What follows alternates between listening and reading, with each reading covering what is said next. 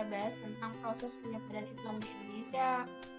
Yang ketiga, mengenal kerajaan Islam di Indonesia. Yang keempat, kita mengenal Wali Songo dan peranan serta cara dakwah beliau. Kemudian peninggalan-peninggalan Islam di Indonesia apa aja nanti kita ketahui. Sebelum kita mulai, kita membaca Bismillahirrahmanirrahim ya. Kemudian masuknya Islam ke Indonesia ini ada dua jalur utara dan jalur selatan. Masuknya Islam melalui jalur utara itu Islam masuk mulai dari Arab, Damaskus, kemudian ke Baghdad, ke Gujarat, pantai barat India, Sri Lanka, kemudian ke Indonesia. Melalui jalur selatan ini Islam masuk ke Indonesia ini pertama yaitu dari Arab, kemudian ke Yaman, Gujarat, kemudian ke Sri Lanka, kemudian ke Indonesia. Nah, teori-teori ya masuknya Islam di Indonesia ada 3 teori. Yang pertama teori Gujarat, Mekah, dan Persia. Nah, satu-satu di sini kalian ketahui tokoh yang mengemukakan Gujarat adalah Krishnapel. Ya, Islam mulai dikenal di sini ya, mulai abad ke-7 Hijriah sampai 13 Masehi.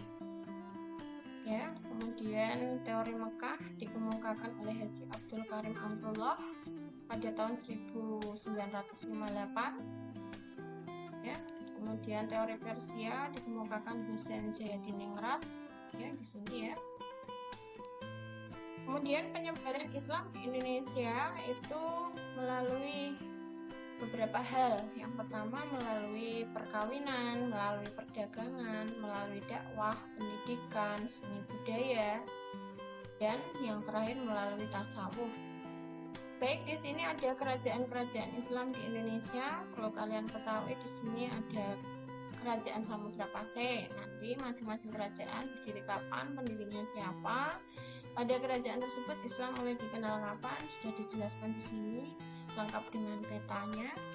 Kemudian Kerajaan Aceh Darussalam, Kerajaan Demak, Kerajaan Islam Pajang, Kerajaan Islam Cirebon, Kerajaan Islam Banten, Kerajaan Islam Banjar, Kerajaan Tanjung Pura.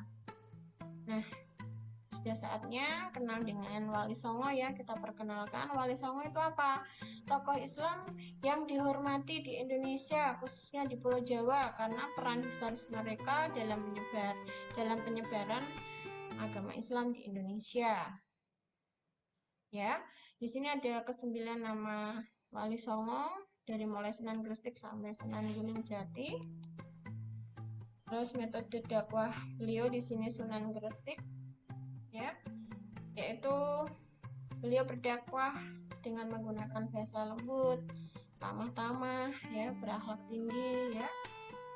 Kemudian masyarakat di sini diperkenalkan dengan bercocok tanam dan bertani.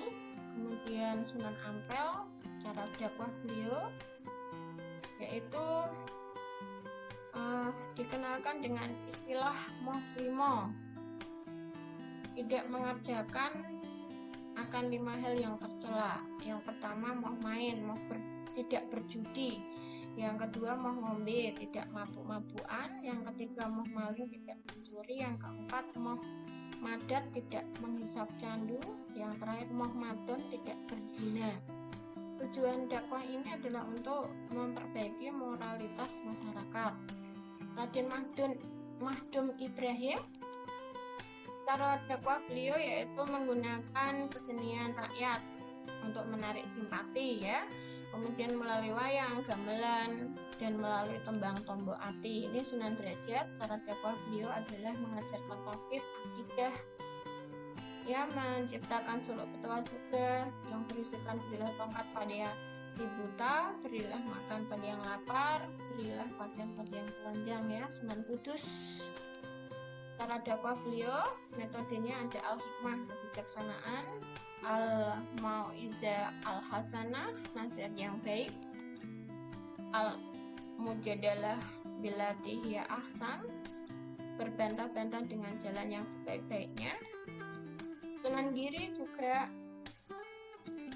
cara dakwahnya yaitu melalui jalur pendidikan. ceramah-ceramah di masyarakat, di pesantren, yaitu menciptakan beberapa tembang, kemudian permainan anak-anak yang islami, kemudian dakwahnya juga melalui perdagangan. Sunan Kalijaga juga menyebarkan Islam melalui cerita wayang yang sudah dimasuki ajaran Islam tentunya ya. Sunan Muria, cara dakwahnya yaitu dengan memberikan kursus kepada rakyat jelata. Dan Sunan Gunung Jati, di sini cara dakwahnya yaitu Sunan Gunung Jati tidak hanya menguasai ilmu agama dalam berdakwah, tetapi juga menguasai ilmu politik atau kenegaraan, bahkan ilmu pengobatan. Kesemuanya oleh beliau sebagai metode untuk melancarkan dakwah Islam ya. Kemudian menghargai penganut agama lain serta bangsa lain. Selalu bermunajat. Apa itu arti bermunajat?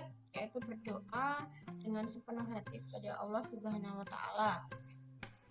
Oke, di sini ada peranan Wali Songo ya dalam penyebaran ajaran agama Islam. Beliau sebagai pelopor perluasan agama Islam. Ya. Sini kalian bisa ketahui. Terus kemudian penyebaran agama Islam di Indonesia ini berjalan dengan cepat karena didukung oleh faktor apa? Yang pertama, syarat masuk Islam sangat mudah, ya. Dan kemudian penyebaran Islam di Indonesia juga dilaksanakan damai tanpa kekerasan, ya. Tetap disesuaikan dengan kondisi sosial budaya yang ada.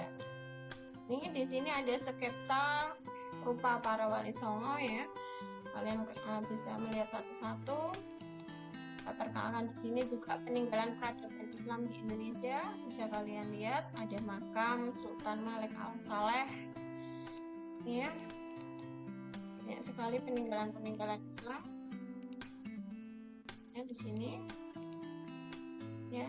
Oke, dari kesimpulan materi hari ini, marilah kita senantiasa bersyukur kepada Allah Subhanahu wa taala dan tetap mendoakan kepada para syuhada mubalik agar mereka semua selalu dalam lindungan Allah Subhanahu wa taala. Di samping itu kita berusaha untuk tetap menerima, mengamalkan ajaran-ajaran Islam dengan khusyuk dan istiqomah ya. Diiringi usaha untuk menyebarkan kepada orang lain walaupun sangat sederhana.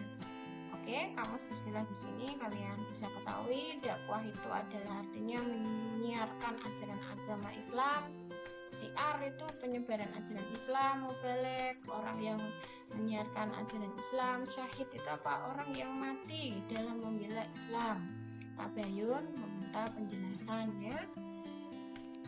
Oke, alhamdulillah pembelajaran